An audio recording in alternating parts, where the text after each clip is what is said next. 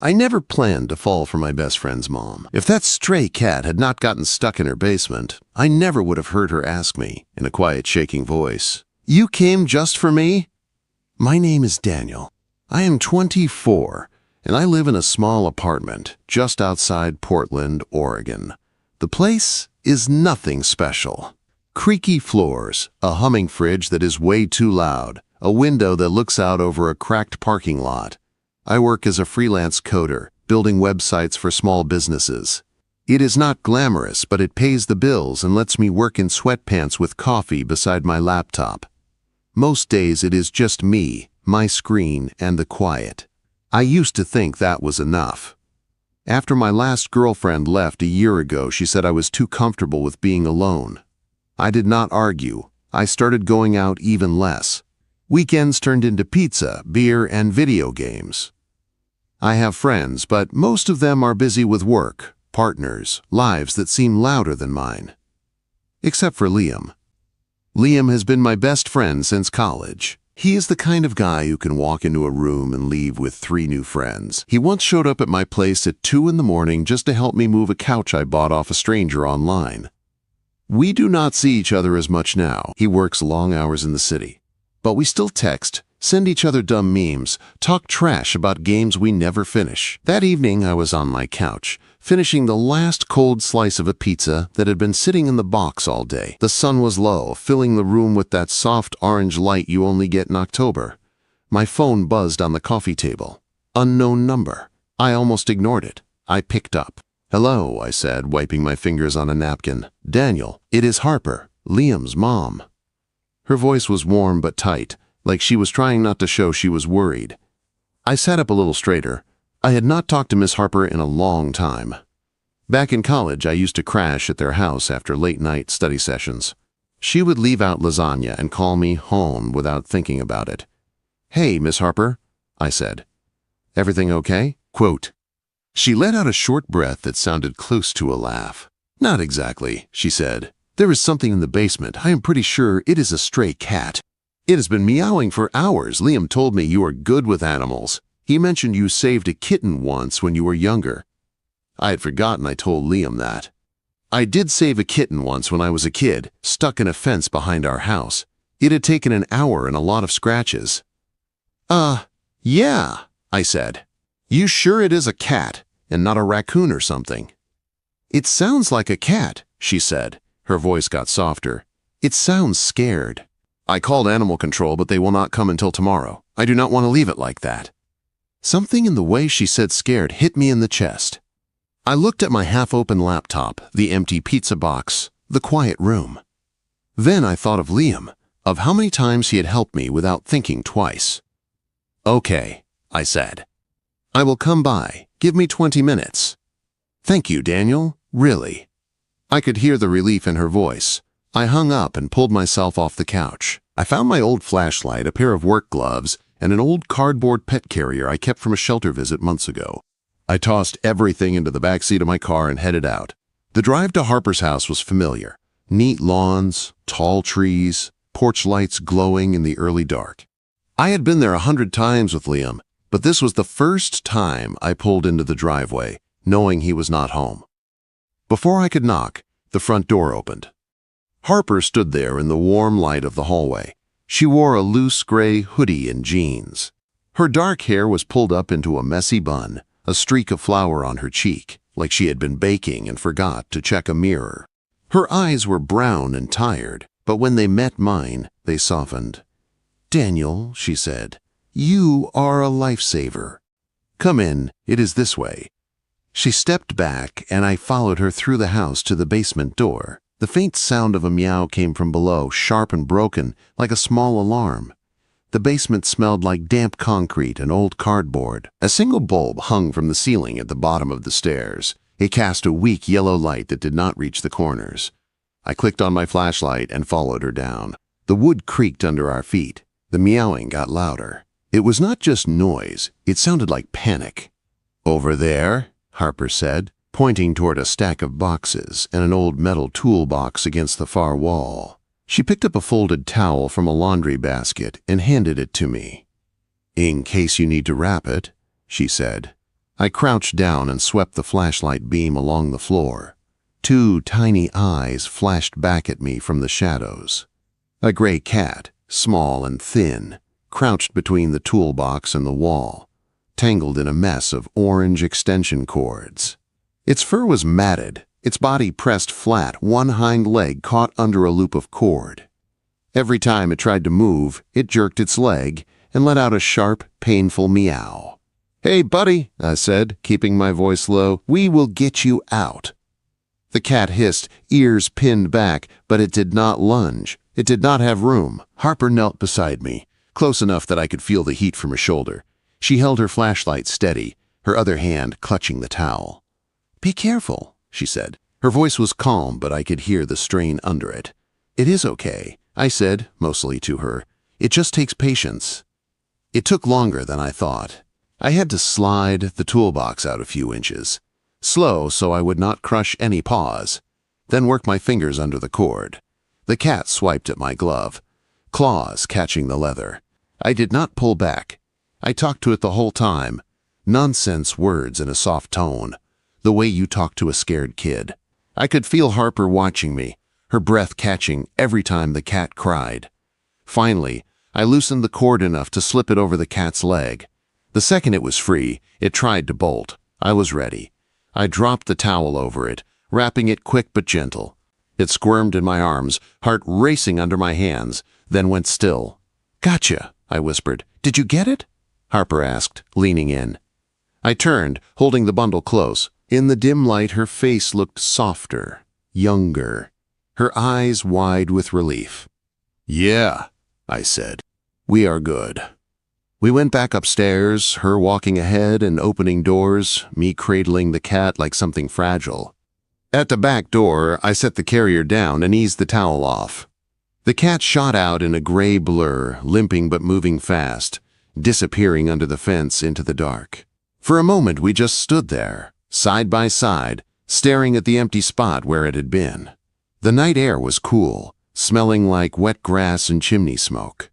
"You want some water or something?" she asked. "You look like you ran a marathon." I laughed, feeling the tension drain out of my shoulders. "Water sounds good," I said. In the kitchen, the warm smell of cinnamon and vanilla wrapped around us. There was a mixing bowl on the counter, a whisk, a tray of unbaked cookies waiting. She poured us both glasses of cold ginger water, the ice clinking in the quiet. "I was really going to call animal control," she said, leaning against the counter. "But when they said tomorrow, I pictured that little thing crying in the dark all night. I could not do it." "I get it," I said. It sounded terrified. She looked at me then, really looked, like she was seeing more than the guy with the gloves and flashlight. "You came fast," she said. "You did not even ask many questions. You just showed up." I shrugged, suddenly aware of how small her kitchen was, how close we were standing. "It was nothing," I said. "Liam has helped me out plenty, and you sounded worried." Her fingers tightened around her glass. She took a breath. "You came just for me?" she asked. The words were simple, but the way she said them was not. Her voice was soft, almost unsure, like she was not talking about the cat anymore. Something shifted in my chest. I met her eyes, and, for the first time, I realized I was not there only because of Liam or the stray cat in her basement. I was there because she had called. I did not answer her right away. Her question hung in the small kitchen between the smell of cinnamon and the quiet hum of the fridge. "You came just for me?" She was standing a few feet away, one hand on the counter, the other wrapped around her glass. The flower on her cheek was still there, a pale streak against her skin. Her eyes were on mine, not sharp, not teasing, just open in a way that made my chest tighten. I swallowed. "I came because you called," I said slowly, "and because you sounded like you needed someone." It was the closest thing to the truth I could say without saying too much. Something in her face softened. Her shoulders dropped like she had been holding her breath. "Well," she said, a small smile tugging at her lips, "you picked the right time to be a good person." We both laughed, and the tension broke a little. We ended up on the back steps with our water glasses, letting the night air cool us down. The porch light cast a soft circle around us while the rest of the yard disappeared into shadows. A few houses away, someone's TV murmured through an open window. Crickets filled in the spaces between our words. "Liam said you are still doing the coding thing," she said, resting her elbows on her knees. "Yeah," I said. "Websites, mostly. Fixing broken stuff people swear was working yesterday." "You like it?" Quote. I thought about it. The glow of my monitor. The quiet. The little rush when something finally worked. "I like parts of it," I said. "It is simple, clear. You fix a bug, it stays fixed. People are harder." She huffed a soft laugh. "That is true," she said. "Code does not argue back or leave dishes in the sink." "What about you?" I asked. "Still editing?" She nodded. "Freelance now," she said. "Books, mostly, memoirs, romance, self-help with too many exclamation points. My days are just me, a laptop, and other people's stories." "Sounds lonely," I said before I could stop myself. She looked at me, then down at her hands. "It can be," she admitted. "Liam is gone most of the time. It is quiet when he is not here." She paused, then added, "Tonight felt different." The way she said it made my throat go dry. I wanted to tell her it felt different to me, too. That sitting on her porch under the fairy lights felt more real than most nights I spent alone with my games. That I noticed the way she tucked her hair behind her ear when she was thinking. That the line between Liam's mom and Harper was starting to blur in my head. Instead, I just said, "If the cat comes back, you know who to call." She smiled at that, a real one this time. "Careful, Daniel," she said. "You say things like that, and I will start believing you mean it." "I do," I said, and I was not sure which one of us that surprised more. I left a little later than I meant to. As I walked down the front path, she stood in the doorway, hand on the frame.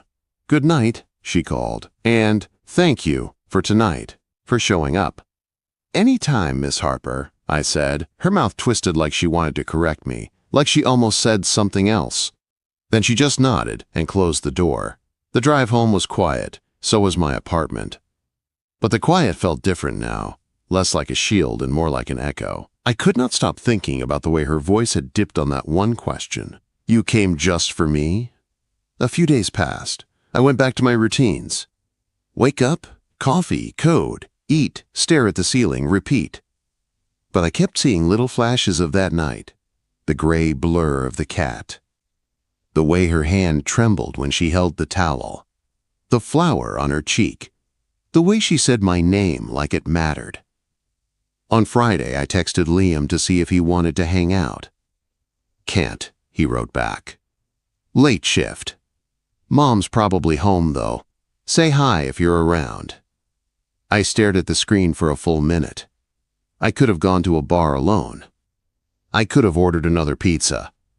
Instead, I grabbed the charger he had left at my place a month ago and got in my car. When I knocked, she opened the door almost right away. "Daniel," she said, eyebrows lifting. "Hi." She was in leggings and an oversized sweatshirt, her hair pulled into a loose ponytail. This time there was no flower, just a faint smudge of ink on her thumb. "Hey," I said, holding up the charger like a shield. "Liam left this.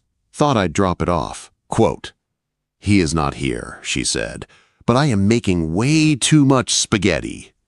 She stepped aside, her eyes meeting mine for just a second longer than normal. "Stay?" she asked.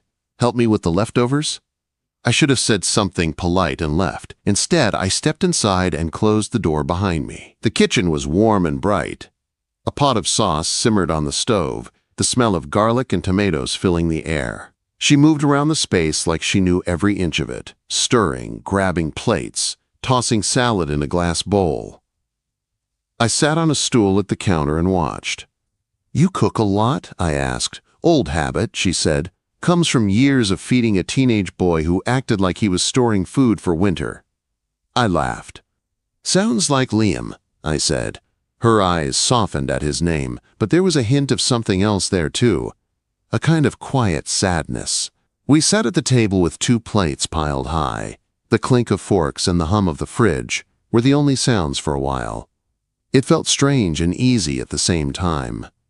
"This is really good," I said after a few bites. She gave a small shrug. "I had to get good at something," she said. "Editing pays the bills, but food keeps you sane." We talked as we ate, or maybe I should say she talked, and I listened more than I usually do with anyone. She told me about the manuscript she was editing. A romance with cheesy lines and a main character who made bad choices every other page. "They always make it sound so simple," she said, rolling her eyes. "Two people meet, have one big argument, maybe a rain scene, then boom, fixed. Real life is not like that." "What is it like?" I asked. She held my gaze over the rim of her glass. "It is messy," she said. "Complicated. Full of timing that never quite lines up." "Yeah," I said. "I get that." I thought about my ex. About all the times she had asked me to open up and I had shut down instead. About the way she had called me safe but distant before she left. "What about you?" Harper asked. "Any great loves in your quiet coder life?" I snorted. "Not great ones," I said. "Just a couple of girls who realized they wanted someone louder." Quote, "They were not looking closely enough," she said. "The words were simple, but the way she said them made my face heat up." I looked down at my plate, pushing sauce around with my fork. After dinner, we moved to the living room. She put on a record from an old turntable in the corner. Some soft folk song with a scratchy crackle under it.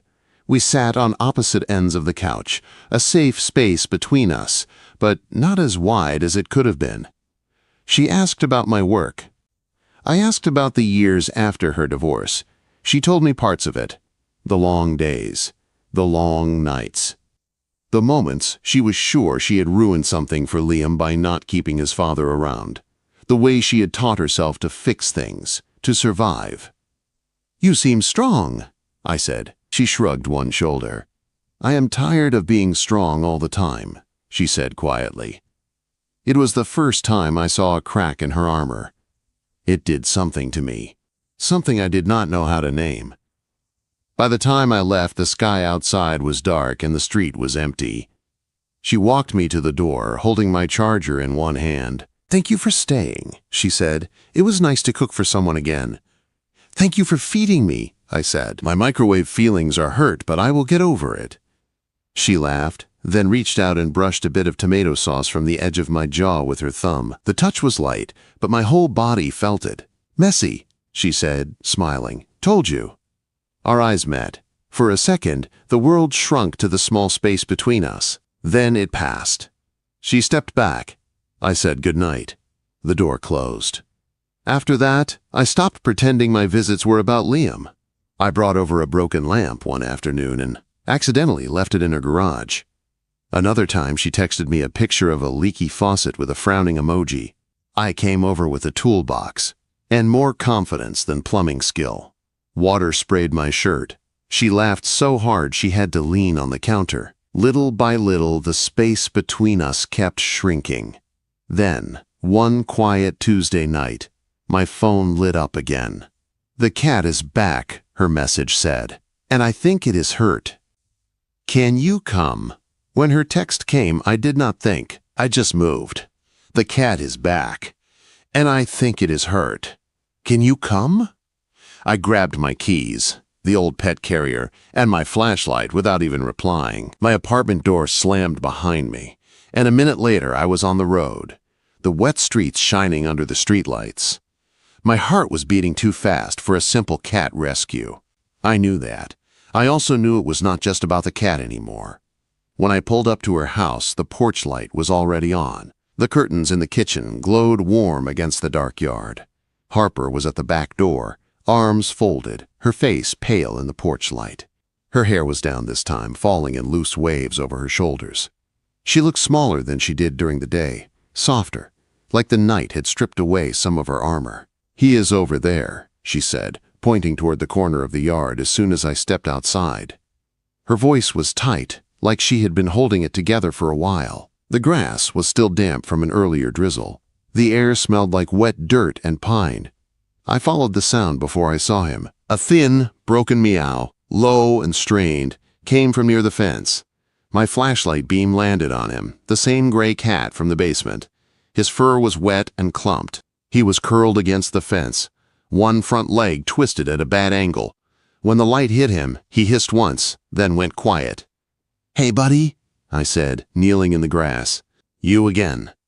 Harper stood just behind me, close enough that I could feel the heat from her body. Her hand brushed my shoulder as she pointed to the towel she had brought. "They said the emergency vet is open till midnight," she said. "I called them. They know we are coming." Her voice shook on the last word. I laid the towel on the ground and moved slowly, talking more for her than for the cat. "It is okay," I said.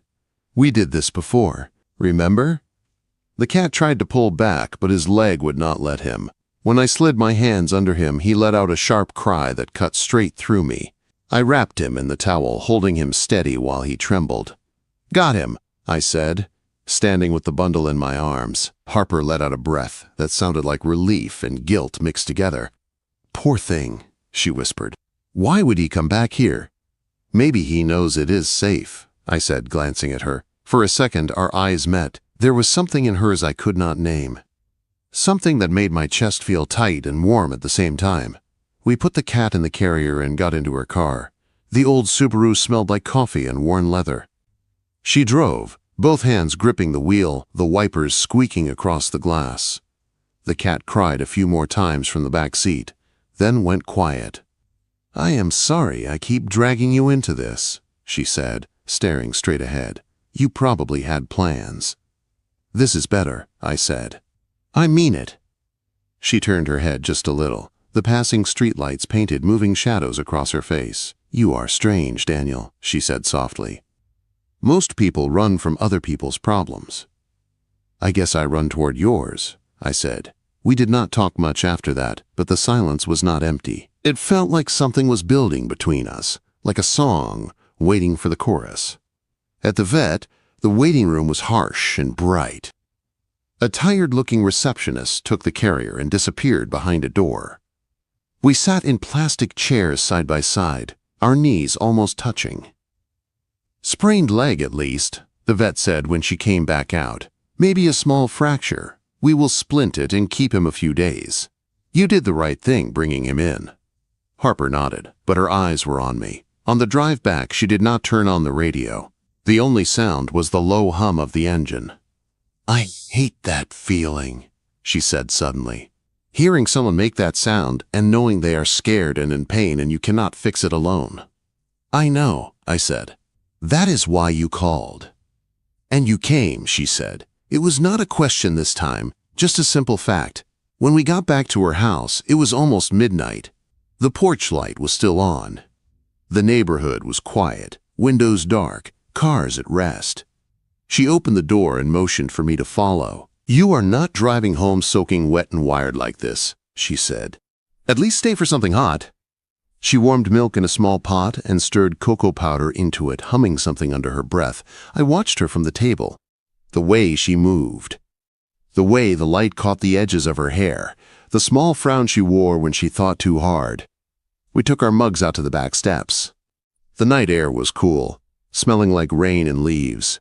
The cat was gone, but it felt like he had left a mark on the place where he used to sit. We sat close, shoulders almost touching, steam curled up from our mugs. "So," she said quietly, eyes on the yard, "why do you really keep coming when I text you about a cat or a faucet or a stuck drawer?" I stared into my drink, watching the ripples. "Because it is you," I said before I could talk myself out of it. "Because you ask." She turned her head then. I could feel her gaze on the side of my face. "You know I am older than you," she said. "You know I am Liam's mom." "I know," I said. "I know all of that." "And it does not scare you off?" Quote, "It should," I said, finally looking at her, "but it does not." For a long moment we just looked at each other. Her eyes were darker in the low light, softer than they were when she was joking or busy.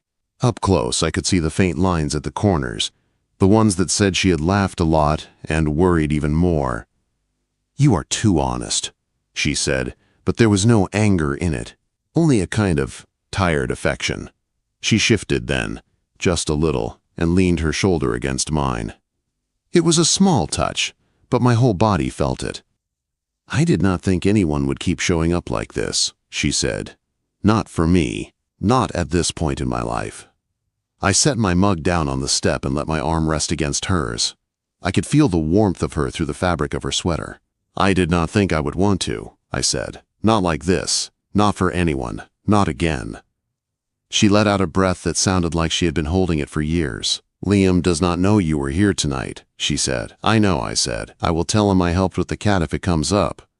She shook her head slightly. This is not about lying, she said. It is about understanding what we are doing. What are we doing? I asked. The words came out rough. She was quiet for a moment. Then she said, right now, we are just two people who do not feel alone for a few hours. That is all I can handle. I nodded. It hurt a little, but it also felt true. For now, I said. For now. She agreed. She did not move away. Neither did I. When I finally stood to leave, the clock in the kitchen read almost 1 in the morning. She walked me to the front door, the house dim and warm around us. At the door, she held my flashlight out to me, her fingers brushing mine as I took it. She did not pull her hand away right away. Daniel, she said softly, thank you, not just for the cat. You are welcome, I said. My voice felt thick. Any time. Careful, she said again, a faint smile on her lips. You keep saying that, and I will start believing you mean it. I already do, I said. Her eyes searched mine for a long second. Then she nodded, like she had decided something. Good night, she whispered. Good night, I said. On the drive home, the streets were empty. The world felt like it was holding its breath. I lay in bed that night staring at the ceiling, replaying everything. The cat. The vet. Her shoulder against mine. Her words. Two people who do not feel alone for a few hours. It should have felt simple. It did not. The next few days I tried to stay away. I worked late. I did extra freelance jobs. I told myself I was giving her space and giving myself time to think. Then Saturday came, and I found myself driving back to her street with no real reason except one I did not want to say out loud. When I turned the corner, Liam's car was in the driveway. For a second I thought about turning around, but my hands kept the wheel straight. Maybe it was time to see what this looked like in the light. I parked across the street and sat there for a minute, engine off, fingers still wrapped around the steering wheel.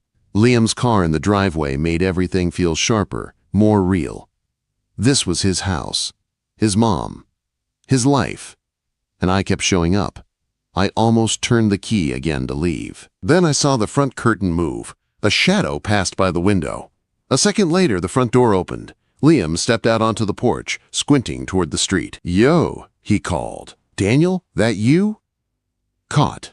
I sighed, got out of the car, and shoved my hands into my pockets as I crossed the street. Hey, man, I said, forcing a smile. Thought I'd swing by. You home this time or just your ghost car? He smirked, coming down the steps to meet me halfway. Funny, he said. Mom said she thought she saw your car go by earlier this week. I told her she was seeing things. My heart skipped. Yeah, I said, trying to sound casual. Maybe she just missed me. He looked at me for a second, head tilted like he was trying to solve a puzzle. Then he clapped a hand on my shoulder. You've been around here a lot, he said, helping with stuff. She told me about the cat, the faucet, the basement. His voice changed a little. Thanks for that, by the way. I am in the city too much. She acts like she is fine, but, you know. I let out a breath I did not know I was holding. Yeah, I said. She is strong, but it helps to have someone around. He nodded, eyes flicking back toward the house. You got time to hang out? He asked. Mom made brownies. If we do not eat them, she will send them to my office, and my coworkers will worship her forever. I could have said no. I could have pretended to be busy. Instead, I said, yeah, I have time. Inside, the house felt different with him there. Louder, fuller. He tossed his keys in the bowl by the door, dropped his backpack on a chair, and made a beeline for the kitchen. Mom, he yelled. Your stray coder is here. Harper turned from the counter, wiping her hands on a dish towel. She was in a soft blue sweater and jeans, her hair in a loose braid over one shoulder. When she saw me, something flickered in her eyes. Surprise first, then something warmer. Daniel, she said. Hi. That one word made my chest feel strange. I lifted a hand in a small wave. "Hey," I said. Liam promised brownies. She rolled her eyes at him, but she was smiling. "He is using you," she said. "But yes, there are brownies." Quote. We sat at the table, the three of us, like it was any normal afternoon. Liam talked about his job and how much he hated his commute. I cracked a couple of jokes. Harper filled our plates and listened, laughing in the right places. But under the normal, there was something else. Every time our eyes met, I felt it. The memory of the back steps at midnight, the warmth of her shoulder against mine, her voice saying we were just two people who did not feel alone. At one point, Liam got a call from work and stepped into the hallway to take it. The second he was out of sight, the air shifted. Harper reached for the empty plate in front of me. Her fingers brushed mine. Just a light touch, but my heart kicked. "You did not have to come today," she said quietly, keeping her eyes on the plate. "Not with him here." "I know," I said. "That is why I did." She looked up then. There was something like pride in her eyes, and something like fear. "Careful," she murmured. "You keep doing that, and I am going to forget how to be alone." "Maybe you do not have to remember," I said. Footsteps sounded in the hall, and we both straightened. Liam came back in, complaining about some client. Time snapped back into place. We spent the rest of the afternoon like that. Playing an old video game in the living room, Liam yelling at the screen, me trash-talking him like we were back in college, Harper watching from the doorway with a small, private smile, like she was seeing two different versions of us at once. When the sky started turning orange outside, Liam grabbed his keys. "I have to head back," he said. "Early meeting tomorrow. Mom, you good?" "I am fine," she said. "I have edits to finish. I will be up too late anyway." He nodded, then turned to me. "Thanks again," he said, serious now, "for helping out, for being around. I know she pretends she does not need anyone, but it is good you are here." My throat tightened. "Anytime," I said, and for once that word did not feel casual. He hugged his mom, clapped me on the shoulder, and left. The sound of his car faded down the street. The house got quiet, too quiet. Harper and I ended up in the kitchen again. The light was softer now, the edges of the room fading as the sun dropped. "You heard him," she said, rinsing a mug in the sink. "He is grateful you are around. He does not see anything wrong with this." "Is there?" I asked. She set the mug down slowly and turned to face me, drying her hands on a towel. "Daniel," she said, "there are lines we cannot pretend do not exist. I am older. I am his mother. You are his best friend. People would talk. They would not understand." "What about you?" I asked. "Do you understand?" She looked at me for a long moment, like she was choosing each word very carefully. "I understand that I feel more awake when you are here," she said, her voice low. "I understand that when you text, I smile like an idiot. I understand that when you put your hand on that cat, or fix a faucet, or just sit on the porch and listen, I do not feel like I am holding up the whole house by myself." She took a breath. "And I understand that this scares me. It scared me too, but losing it scared me more. I do not know what this is supposed to look like," I said. "I just know I do not want to go back to how it was before, sitting in my apartment pretending I am fine when I am not." She stepped closer. The distance between us shrank to a single step. I could see the tiny freckles on her nose, the faint crease between her brows. "You know, this might not be simple," she said. "It might hurt. It might get messy." "Most real things do," I said quietly. For a moment I thought she would pull away, that she would smile, make a joke, and send me home with a container of leftovers. Instead, she reached up and placed her hand flat against my chest, right over my heart.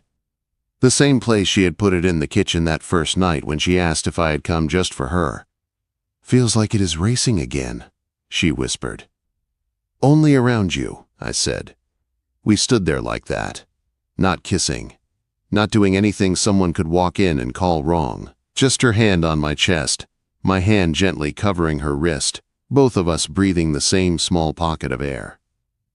"I cannot promise you anything neat or easy," she said. I will not sneak around. I will not hurt my son, but I also do not want to pretend this is nothing.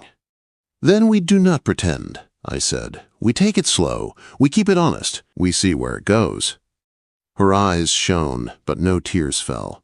Slow, she repeated. Honest. I nodded. And if it starts to feel wrong, I added, we stop. You say the word, and I will listen. She searched my face, like she was checking every corner for something she might have missed.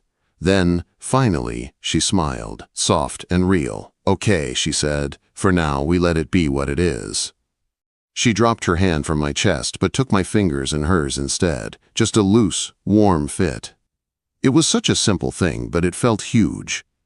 We moved to the back porch again, still holding hands for a few steps before we let go. The sky was a deep blue now, the first stars starting to show.